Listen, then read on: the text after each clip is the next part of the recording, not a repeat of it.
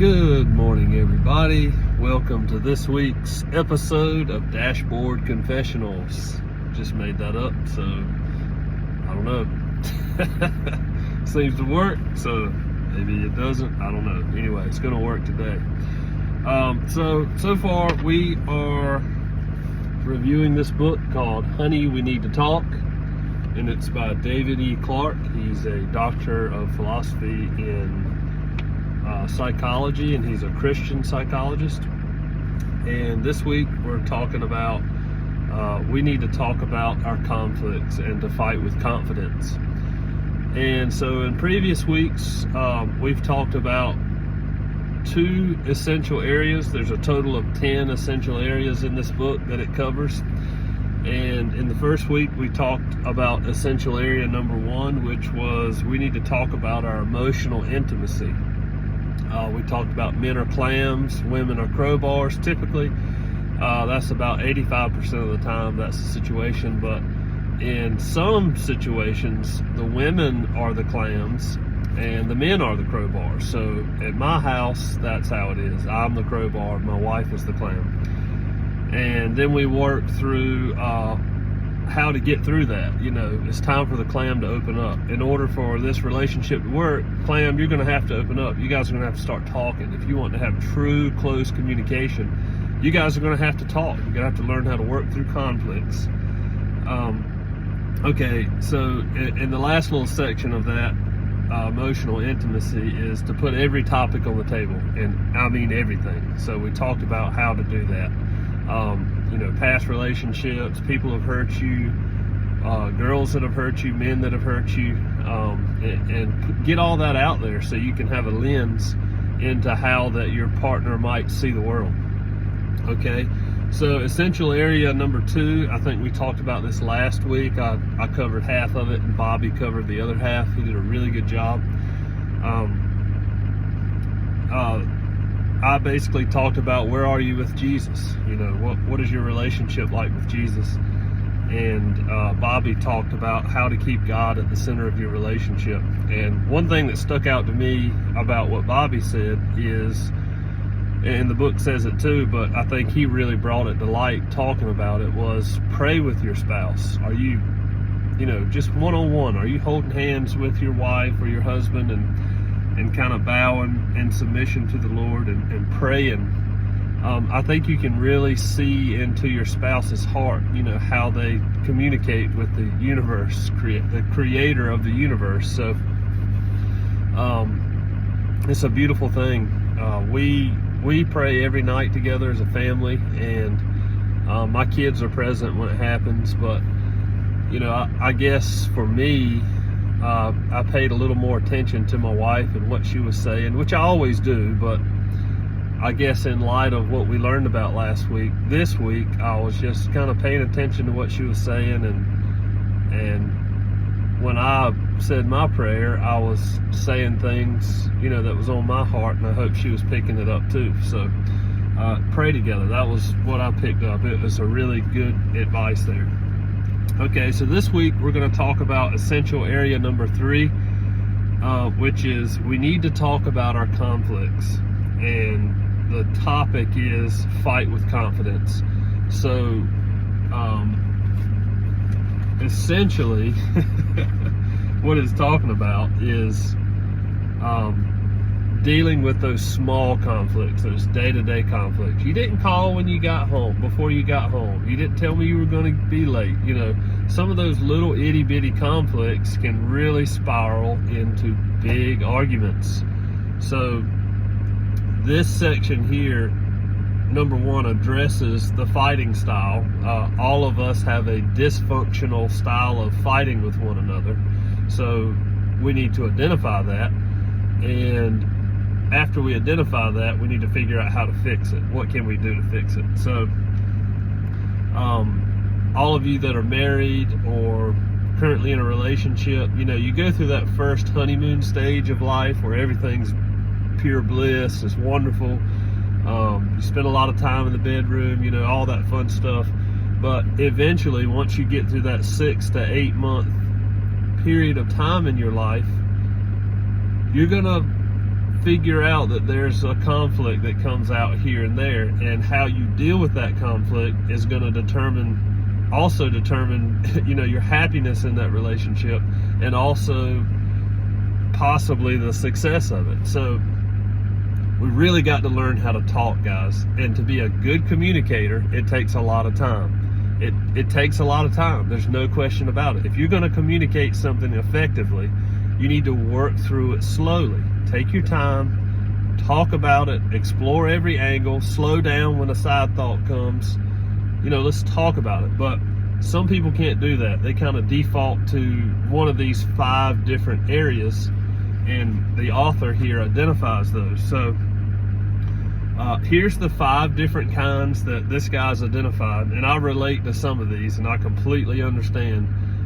So number 1 is one person talks and one person shuts down. So just in 85% of the relationship styles, usually the woman's the crowbar and the man is the clam.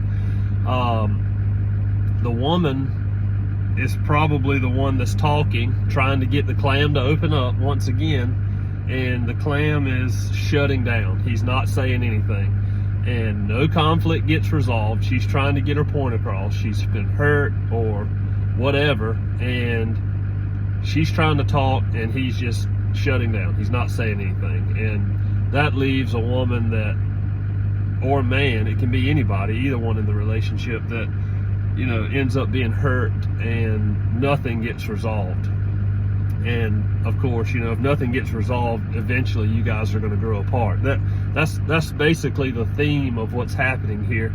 You're not getting anything accomplished, and eventually you and your relationship, your husband and wife, you're gonna build walls, you're gonna put walls up, you're gonna try to protect yourself, and you're gonna get further and further apart, and you're just gonna be miserable if you try to stick through it, and you're not gonna be able to resolve any conflict. So good conflict resolution takes time. Okay, one talks and one shuts down. You guys relate to that? Anybody that's listening to this?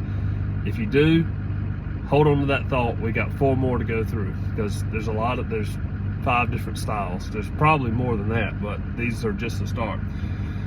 The second one is both avoid conflict. Both people are avoiding conflict. There's an elephant standing in the living room. We know there's a problem, but nobody's willing to address it. Oh, everything's fine. Obviously there's a problem here, but nobody's willing to. Uh-oh, I got water in my fuel. I need to drain the Pipcot on my engine, so I'll get to that. Both people avoid conflict. So this is massive dual denial in action. So, of course, nothing gets done. Nobody's willing to talk about it. That's silly. Okay. One yells. This is the next one. Number 3. One yells and one retreats. Sometimes you've got a dominant partner in a relationship, and they may have seen their parents model this, and they get really upset and they start yelling, and the other person wants nothing to do with yelling. They shut down, they retreat, they get out of the way, and a lot of times the yeller will follow this person yelling at them, trying to get their point across, and this person's getting out of Dodge. They go into the bedroom, they shut the door, they lock it, and they cower away. They don't want any part to do with it. And of course, nothing gets accomplished, nothing gets resolved. It just leaves this big gaping hole that everyone feels upset. Okay. The next style is both people yell. As you can imagine, one person's yelling, and then one yeller tries to out-yell the other person. So eventually they're just yelling. It's a yelling match. Nobody's listening to each other. This person's just thinking about, what can I yell next on top of this person? I'm yelling, and he's yelling, she's yelling. It's just a yelling match, and then eventually somebody runs out of steam and they shut down, and the yelling match is over and nothing gets accomplished. You just hurt, you're angry, you're upset. You don't feel like your point got across, even though you yelled it at him for 20 minutes, or her, whatever. So that's a dysfunctional way of doing things. All of these are. Okay, and the last one, which I feel like I somewhat relate to this. I'm not perfect, and none of us are. And if I hear any of you say you're perfect, you're lying, and I probably won't even listen to you. There you go. This is what the next one's about. One is logical and one is emotional. So basically, one partner is usually the man. He presents an airtight case, according to him, and the woman, and it's not always the woman, but this is most of the situation, the woman gets emotional about it, and the more emotional she gets, the more the logical person discredits them. Oh, you're being emotional. And I'll just set this up. I'm just going to make this up off the top of my head. So, little Johnny got sick, and Barbara, the wife, has told Dan, Dan, you should have put that chicken salad in the refrigerator. I think Johnny got sick because it sat out all afternoon. And Dan's like, no, he didn't. I know he didn't get sick off of that. I ate that chicken salad, and everybody else at the party ate the chicken salad. Little Johnny probably got something out of the trash. He's always eating something off the floor. He's sick for some other reason. And she starts getting upset. Her little son's sick. Well, Dan, you never listened to me because I know he got sick. He just feels bad. And of course, Dan, he's getting more upset. He's like, I told you everybody ate the chicken salad. Nobody else is sick, And of course, Barbara, she's getting more and more upset. So, anyway, this is the logical and emotional pair that never gets any conflict resolved. So, what you end up with is zero conflict resolution and an angry and deeply hurt woman. So I'm using this book to help me along, so don't think I'm coming up with all this stuff. I did make up the Barbara and Dan analogy, which was definitely not good, but it kind of helped me understand it. Okay, so the damage is done. So what can we do about it? So I want everybody in here, or everybody that's listening, to consider what type of conflict style, dysfunctional conflict pattern that you have. And if it wasn't up there, if I didn't list one that you might have, maybe think about the way that you and your spouse deals with conflict. Okay. So, what can we do about it? The author offers 7 steps to resolve conflict. Okay, so number 1, you've got to identify the pattern. Identify your old pattern, and when someone recognizes that the pattern is happening, call for a stop. Time out. We're doing it again. Time out. And it must be honored.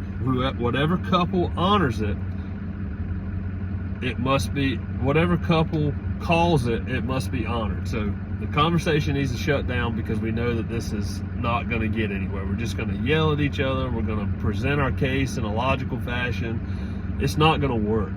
So when a conflict erupts, you immediately launch into your old dysfunctional, self-defeating conflict pattern. You can't help it. It's automatic. One partner has to say as quickly as possible, we're reverting to our old pattern, and we need to stop. Once this warning is given, it has to be honored. So the next step is to schedule your conflict discussion. You need to step away from it 5 minutes, 30 minutes, half an hour, 5 hours later. A lot of times when you're in the heat of the moment, you guys have first confronted one another about things. You're going to say a lot of you're angry, you're upset, and you say a lot of things in anger that you normally wouldn't say. So you need to take 5. Step back, think about what you're going to say. Just schedule your conflict for a later time. And I almost said what I was thinking right here, but the next step is to pray. Pray that God will give you the strength and the discernment to work through this thing.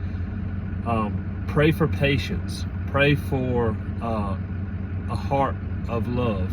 And, you want this relationship to work. If you didn't want it to work, you wouldn't care about any of this stuff we're talking about. So ask for help from the creator of the universe. I say that all the time, but look around. I mean, anything's possible with God. He's amazing. And if you understand how to see the world through that lens, that you've got a personal relationship with Jesus Christ,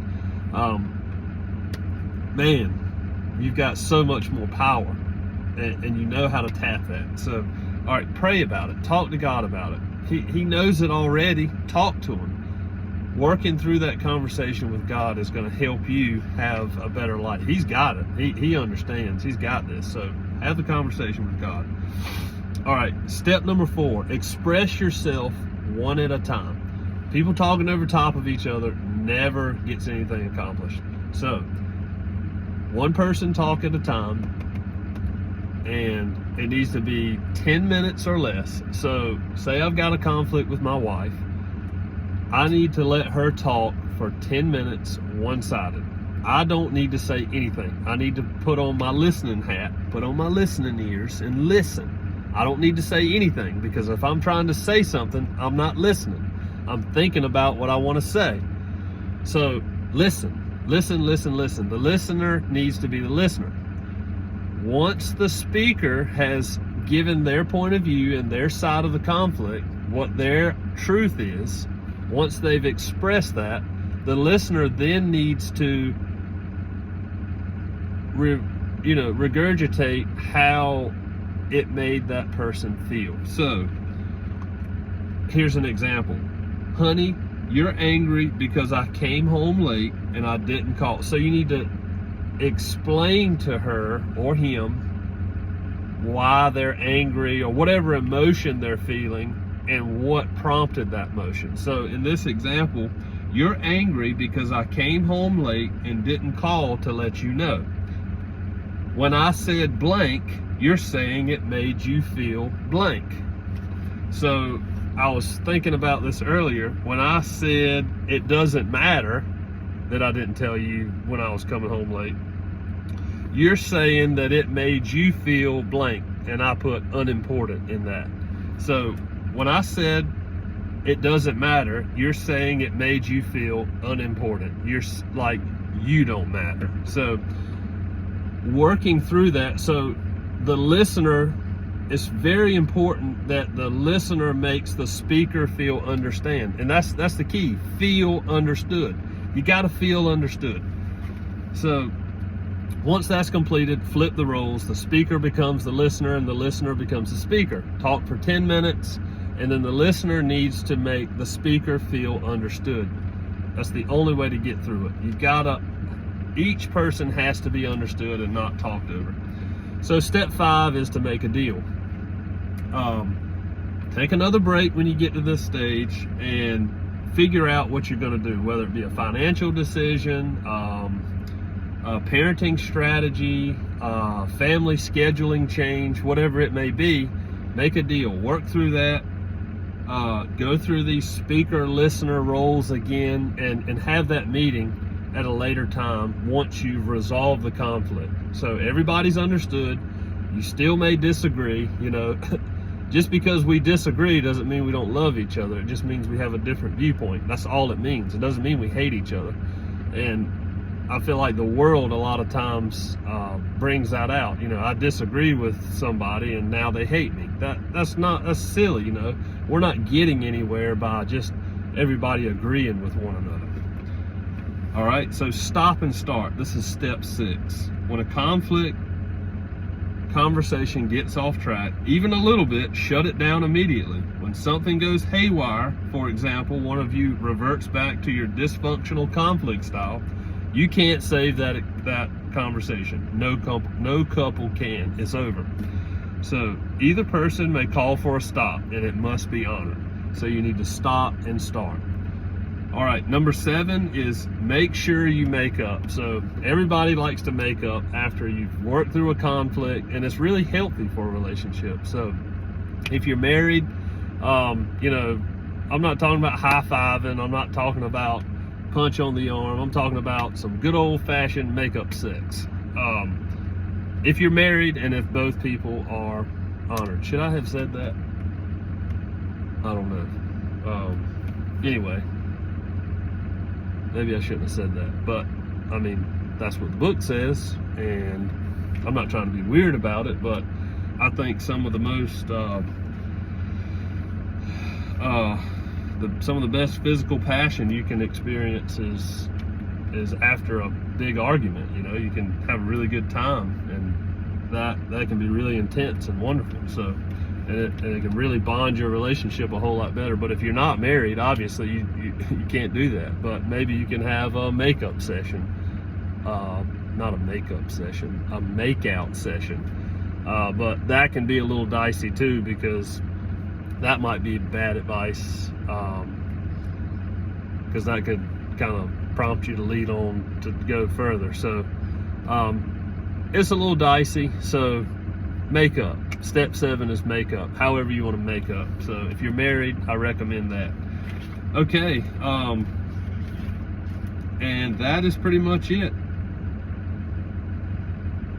It says, let's practice. Pick a fairly recent conflict you didn't resolve. Discuss and work through the conflict together, following the 7 steps. If you've never had a conflict in your relationship, find a topic you disagree on, even something minor, and go through these steps. Practicing these conflict skills is vitally important. Do it right now. If you're not married, do not contemplate marriage until you have successfully resolved at least 3 conflicts. Knowing how to successfully resolve conflicts is a huge component of a happy marriage. So that's pretty much what this chapter talks about. We went through every single piece of it. Essential area number 3, we need to talk about our conflicts. And I think this is really good advice. Honey, we need to talk. And next week, just for a kind of a brush up or whatever, or intro, we need to talk about our past pain. So we'll talk about that next week, and that can be very sensitive, you know, our past pain. So, but like we said, every topic has got to be on the table with your spouse. You're living this life. You got one life to live. You know, you're going through this thing. Your spouse is the closest person to you. They need to know everything about you. So learn how to communicate with one another is so important. So anyway, I hope to see you guys at Sunday school today. We start at 10 a.m. It's about 7:28 right now. Askewyville Assembly in Windsor, North Carolina. So please come to our marriage and family class. We'll be talking about this today. And if you can't make it, I understand. You know, we got families, we got work, we got a lot going on. You know, that's life. Nobody's going to pass judgment on you. So thank you for watching, and I hope you guys have a blessed day and a good rest of your week if I don't see you after that. So God bless, we love you, and we'll see you later. Bye.